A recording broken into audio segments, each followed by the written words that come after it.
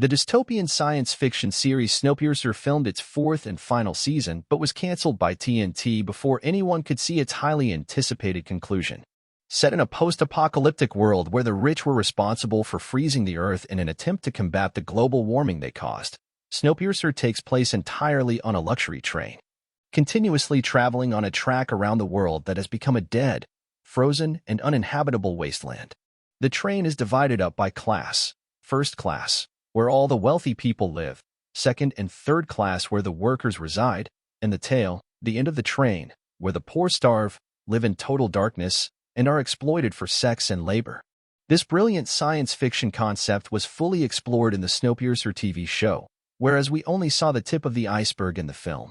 The plot of the Snowpiercer movie follows Curtis, Chris Evans, a poor tile, trying to find Mr. Wilford, Ed Harris, the conductor and creator of Snowpiercer, at the front of the train.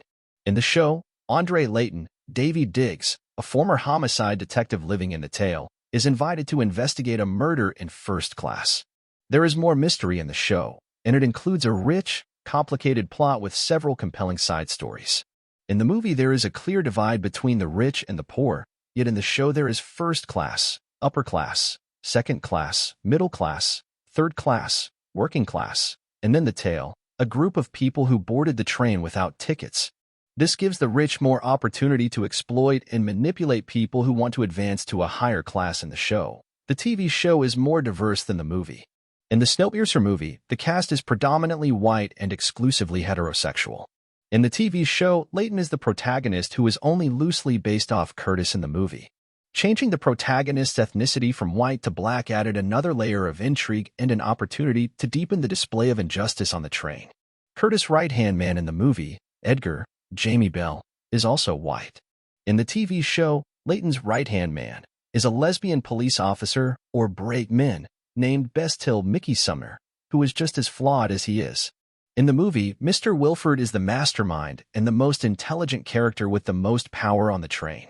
In the TV show, however, Melanie, Jennifer Connelly, head of hospitality and the voice of the train, is by far the smartest engineer and most influential female character in the first season, secretly pulling the strings and the true mastermind behind Snowpiercer. Women take on a central role in the television show and are more involved in the action, technology, and conflict of the main plot. The show also has several romances, including an unconventional poly relationship, queer relationships, and a love triangle, all of which were missing from the movie, as well as a trans character, Clay Tom Kirk, who bartends the night car.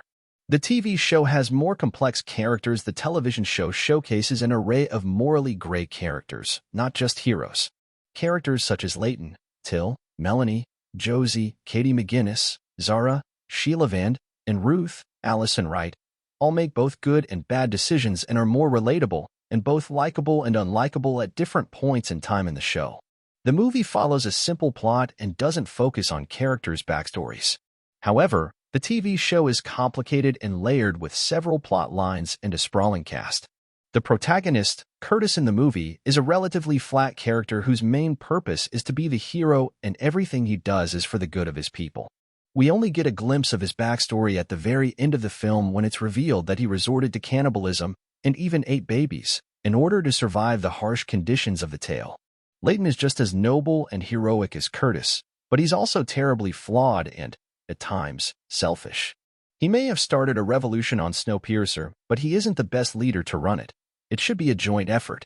In the show, Mr. Wilford, Sean Bean, is larger than life and a truly sinister, sadistic, manipulative monster, a proper villain, whereas in the movie, he's much more reasonable and more mentally stable.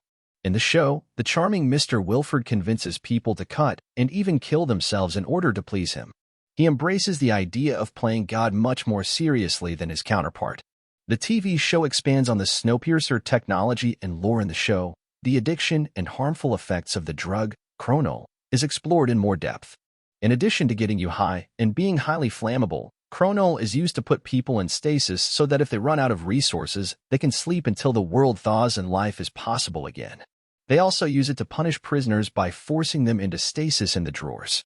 In addition, scientists are trying to genetically alter humans to be capable of surviving in the cold and use Josie as a test subject.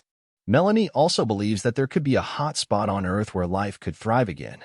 The TV show also brings another train into the equation, Big Alice, who is operated by none other than Mr. Wilford himself. In the show, Mr. Wilford isn't even on Snowpiercer with the other survivors, because Jennifer Connelly's Melanie makes the decision to betray him and leave him behind because she fears that he will doom the human race. The fact that he hasn't been on the train all this time and Melanie has been secretly pulling the strings is a huge, compelling twist that strays far from the plot of the film.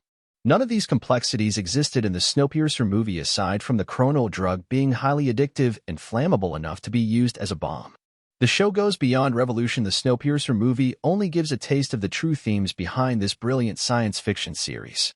The TV show is about more than just class inequality, but also overthrowing a dictatorship, the importance of socialism and building a democracy where everyone's voice is heard, rebelling against all forms of oppression, and the necessity of environmental activism and social change.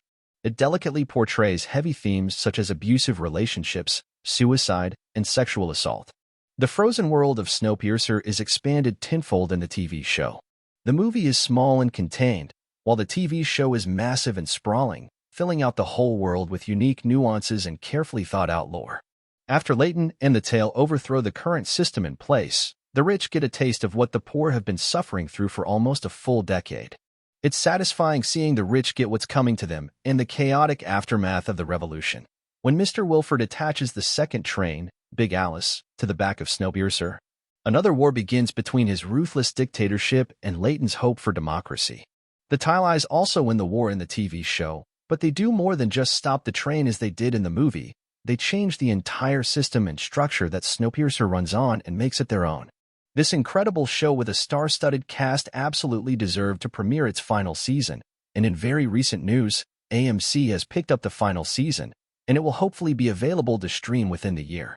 Snowpiercer is currently available to rent or buy on Prime Video in the US.